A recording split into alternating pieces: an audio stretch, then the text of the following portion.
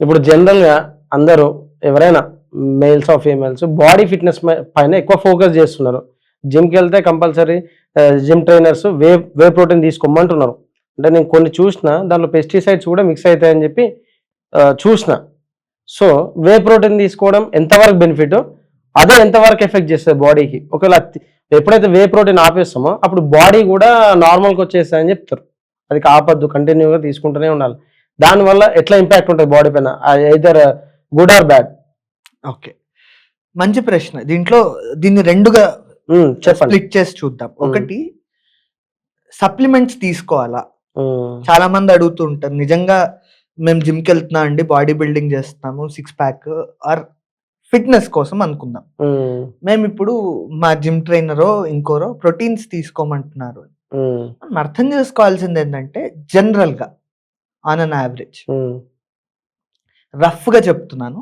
చెప్పండి. మనకి 1 కేజీకి 1 గ్రామ్ ప్రోటీన్ కావాలి.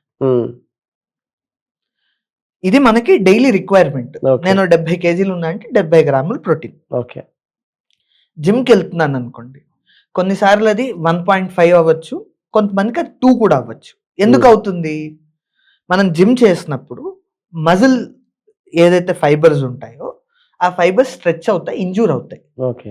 అది రిపేర్ అవుతున్నప్పుడు మనకి బాడీ అన్నది కనిపిస్తుంది. మజిల్ కానీ, బాడీ కానీ, స్ట్రక్చర్ కానీ. దానికోసం మరి మామూలుగా ఉన్నప్పుడే మీకు 1 గ్రామ్ కావాలి, మీరు డ్యామేజ్ చేస్తే ఎక్కువ కావాలి. ఇది సింపుల్ ఫండా. అది వే ప్రోటీనా, లేదు ప్లాంట్ ప్రోటీనా, లేదు వీగన్ ప్రోటీన్స్ కూడా కొన్ని ఉన్నాయి, లేదు వేరు వేరు సోర్సెస్ నుంచి తీసుకుంటున్నామా అన్నది ఎవరి అవసరానికి, ఎవరి ఇష్టానికి వాళ్ళకి సంబంధించింది. కాకపోతే దీంట్లో కొన్ని కెమికల్స్ కలుస్తున్నాయి, కొన్ని మెటల్స్ కలుస్తున్నాయి అన్నప్పుడు ఎలాంటి వాటిల్లో కలుస్తున్నాయి అన్నది చూసుకోవాలి. మనం తీసుకుంటున్న ప్రోడక్ట్ ఏంటి? కల్తీ అన్నది ఏ స్థాయిలో అయినా జరగచ్చు. మనం తాగే పాల దగ్గర నుంచి పీల్చే గాలి దాకా ఏదైనా కల్తీ జరగచ్చు. ఈవెన్ మనం మినరల్ వాటర్ అనుకొని హాయిగా తాగేసే వాటర్ కూడా మనం తిప్పి చూస్తే తెలుస్తుంది దాన్ని ప్యాకేజ్ డ్రింకింగ్ వాటర్ అని మెన్షన్ చేసి ఉంటాడు. Package drinking water with added minerals అంటే అదే మినరలైజ్డ్ ప్యూరిఫైడ్ వాటర్ ఏం కాదు. సో మనం ఏం వాడుతున్నాము అన్నది ఒక వినియోగదారుడిగా మనం పూర్తి స్పృహతో వాడాలి.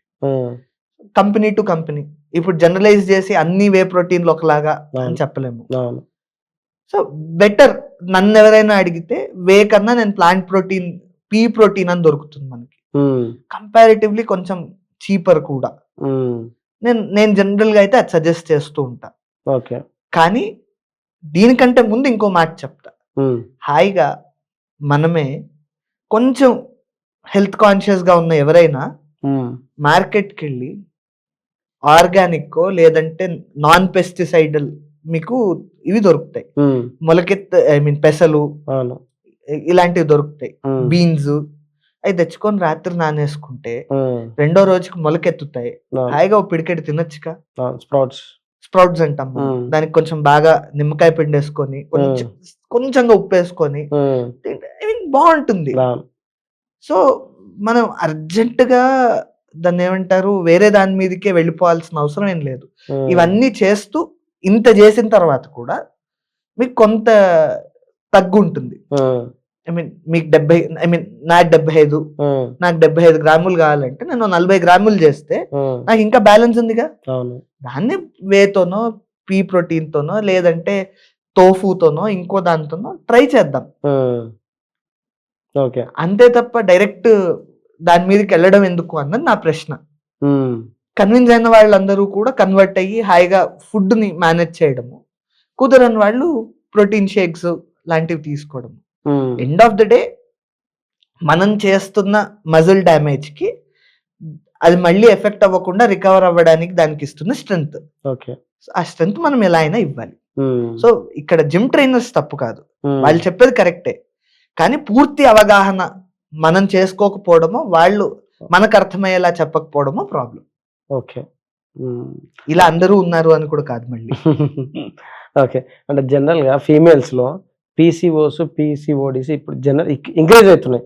అంటే మీ పాయింట్ ఆఫ్ వ్యూలో అవి ఎందుకు అట్లా, వాటి మెయిన్ ప్రాబ్లం ఏమై ఉండొచ్చు ప్రజెంట్ సొసైటీలో? చాలా రీజన్స్ ఉంటాయండి. ఇది అని జనరలైజ్ చేసి చెప్పడం కరెక్ట్ కాదు. ఒక్కొక్కరి శరీర తత్వము, మనం తీసుకుంటున్న ఆహారము, మన చుట్టూ ఉన్న మన ఎన్విరాన్మెంట్, ఇలాంటివి చాలా ఉంటాయి. చాలా మంది ఇప్పుడు న్యూస్ పేపర్లలో వాటిలో చదివితే చాలా బాధేసేస్తూ ఉంటుంది. ఆడవాళ్ళు మగవాళ్ళ బతికేస్తున్నారు అందుకని ఇలా అయిపోతుంది. అలా ఏం కాదండి. There are various things. Major కారణం మీరు నా అభిప్రాయం అడిగారు కాబట్టి స్ట్రెస్ అని నేను అంటాను. అది మళ్ళీ ఒక పీసీఓడి కని మాత్రమే కాదు, మనం క్వాలిటీ ఆఫ్ లైఫ్ అంటాం. మనకు కొన్నేళ్ల క్రితం బెల్గాంలో ఒక పెద్ద సెమినార్ జరిగింది. దాని ఐడియా ఆర్ మోటోనే క్వాలిటీ ఆఫ్ లైఫ్. మనం ఉన్న స్థితి నుంచి ఉన్నత స్థితికి ఆరోగ్యపరంగా ఎలా వెళ్ళాలి అన్నది దానికి ఒక అజెండా. బేసిక్ గా మనం అక్కడ అర్థం చేసుకోవాల్సింది ఏంటంటే, ఫస్ట్ ఎప్పుడైతే మన టాప్ ఫ్లోర్ బాగుంటుందో మన గ్రౌండ్ ఫ్లోర్ దాకా, మన కాలు దాకా అంతా బాగుంటుంది. మనకి ఎప్పుడైతే బుర్ర నిండా స్ట్రెస్ ఉంటుందో మనం బాడీ కూడా అలానే పనిచేస్తుంది. అంతెందుకు, మీకు సరదాగా మనకి 2 రకాల హార్మోన్స్ ఉంటాయి. ఒకదాన్ని స్ట్రెస్ అనండి, ఒకదాన్ని హ్యాపీ హార్మోన్స్ అనండి. డోపమైన్ లాంటివి మనం బాగా నవ్వినప్పుడు రిలీజ్ అవుతాయి. మనం స్ట్రెస్ లో ఉంటే కార్టిజాల్ లాంటివి రిలీజ్ అవుతాయి. సో ఇలాంటివి ఏవైతే రిలీజ్ అవుతాయో అవి రిలీజ్ అయిన తర్వాత వాటి పని అవి చేసుకుంటూ వెళ్తాయిగా. సో మనం క్వాలిటీ ఆఫ్ లైఫ్ పెంచాలి అంటే మనం ఫస్ట్ మన మైండ్ అండ్ హార్ట్ రెండు చాలా ప్రశాంతంగా ఉండాలి. అనుకున్నంత సులువేం కాదు, ఏదో కూర్చొని కెమెరా పెట్టారు కదా అని చెప్పేయడం కాదు, కానీ దానికోసం మనం కొంతైనా కృషి చేయాలి. మనం మీరు ఇలా అంటే నాకు హాయిగా నవ్వడం కూడా చచ్చి చెడి సాధించాలా సుఖశాంతులు అని సీతారామ శాస్త్రి గారు ఒక పాటలో రాశారు. నాకు అది గుర్తొస్తుంది అనమాట. ప్రశాంతంగా హాయిగా నవ్వలేమా? మనం ప్రశాంతంగా ఉండడానికి కూడా ఒక యుద్ధం జరగాల, మనలోనే ఉంది కదా. చేయాల్సి వస్తుంది యుద్ధం కూడా, తప్పట్లేదు. Sad reality. కాకపోతే కొంతైనా ప్రయత్నించి ప్రశాంతంగా ఉండడానికి ప్రయత్నిద్దాం. ఇంత బిజీ లైఫ్ లో ఉరుకులు పరుగులు కొంచెం ఎక్కడైనా ఆపగలమేమో చూద్దాం. వారానికి ఒక్క రోజైనా మన కోసం మనం బతకగలమా? లేదు ఇంటికి వచ్చిన తర్వాత 1 గంట మనతో మనం మాట్లాడుకోగలమా? లేదు కొంచెం సేపు మనం రిలాక్స్డ్ గా మెడిటేషన్ చేసుకోగలమా? వాస్తవానికి ఆలోచిస్తే మనకు నచ్చిన పనులు మనం చాలా చేసుకోలేని పొజిషన్ లో కరెంట్ ఉన్న జనరేషన్ కి అదొక శాపం లాంటి వరం లాంటి శాపం. ఎందుకంటే ఆపర్చునిటీస్ ఎక్కువైపోయాయి, కానీ నచ్చిన పని చేసుకునే అవకాశం చాలా తక్కువ మందికి దొరుకుతుంది. సో అది కనుక మనకు కుదిరితే కొంతమేర ఈ స్ట్రెస్ తగ్గుతుంది. సో అలా మనం కొంత చేసుకోగలిగితే రోజుకు 1 గంట, లేదు రోజుకు కుదరట్లే అంటే వారానికి కుదరట్లేదంటే నెలకు కుదరకపోతే 3 నెలలకో మనకు ఆనందం ఇచ్చే పనులను కొన్ని చేసుకుందాం. సరే, అలాగా. ఓకే అండి. ఇప్పుడు హోమియోపతి అనేది మన జెనెటిక్ కన్వెన్షనల్ ట్రీట్మెంట్ అని కూడా చేస్తారు. అసలు ఏంటంటే, అసలు జెనెటిక్ కన్వెన్షనల్ ట్రీట్మెంట్ అంటే ఏంటి, అసలు ఎట్లా వర్క్ చేస్తుంది? దాని గురించి ఎంత తక్కువ మాట్లాడితే అంత మంచిదండి. విషయం చెప్తాను. హోమియోపతిలో కూడా మార్కెటింగ్ గురించి చాలా వస్తాయి.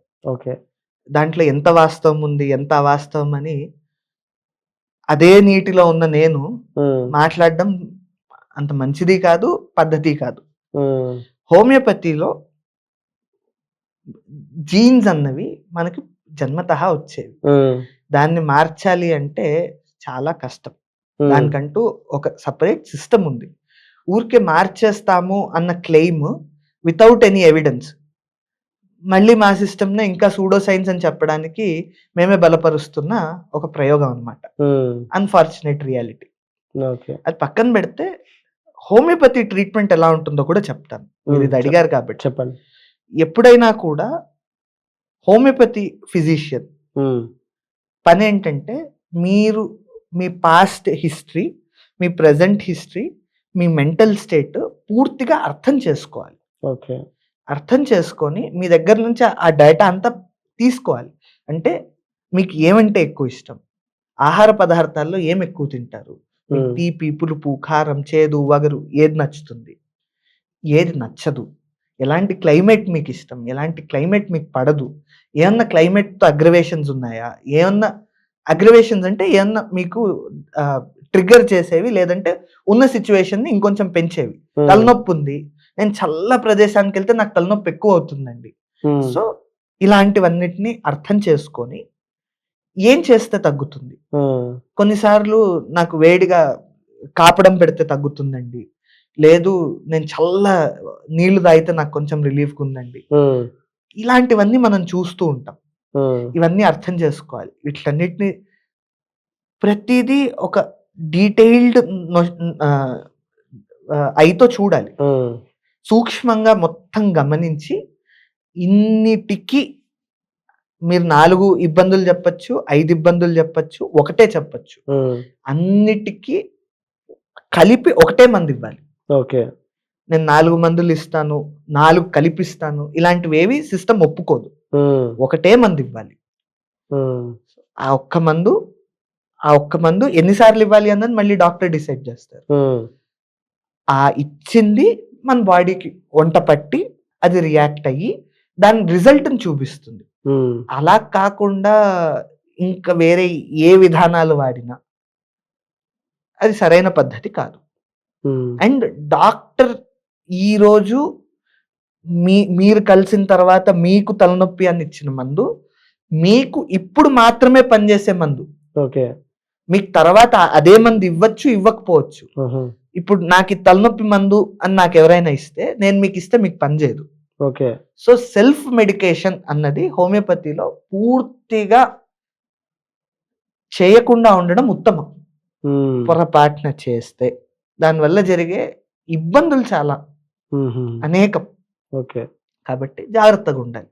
ఇప్పుడు మీరిందాకన్నట్టు ఈ ప్రాసెస్‌లో ఎవరికైనా ఏదన్నా మిరాకిల్స్ జరిగితే జరగచ్చు. హ్మ్. జరగవు, జరగలేదు అని నేననను. హ్మ్. కానీ దాన్నంటూ ఒక శాస్త్రంగానో, ఒక సైంటిఫిక్ ఎవిడెన్స్ గానో ఇప్పటిదాకా ఎవరు ప్రూవ్ చేయలేదు. హ్మ్. Anecdotal evidence is never a scientific evidence. Okay. Already నేను మీకు ముందుగానే చెప్పినట్టు హోమియోపతికే మనకు కొంత ఇబ్బందుంది అనుకున్నాం. హ్మ్. అలాంటిది దీన్ని అనెక్డోటల్ ఎవిడెన్స్‌లతో మేము జెనెటిక్‌గా చేస్తాము అని అంటే, వాళ్ళు చేస్తే చేస్తూ ఉండిండొచ్చు. హ్మ్. కానీ సైంటిఫిక్ ఎవిడెన్స్ ఎస్టాబ్లిష్ అవ్వనంత వరకు, అది రీప్రొడ్యూస్ అవ్వగలిగినంత వరకు, అవ్వనంత వరకు, హ్మ్. దాన్ని మనం ఎంత తక్కువ మాట్లాడితే అంత మంచిది. ఓకే. ఎవరికైనా మేలు జరిగింది అంటే మంచిదే. హ్మ్. కాకపోతే మనం పబ్లిక్ ఫోరమ్స్‌లో డిస్కస్ చేయడానికి హ్మ్.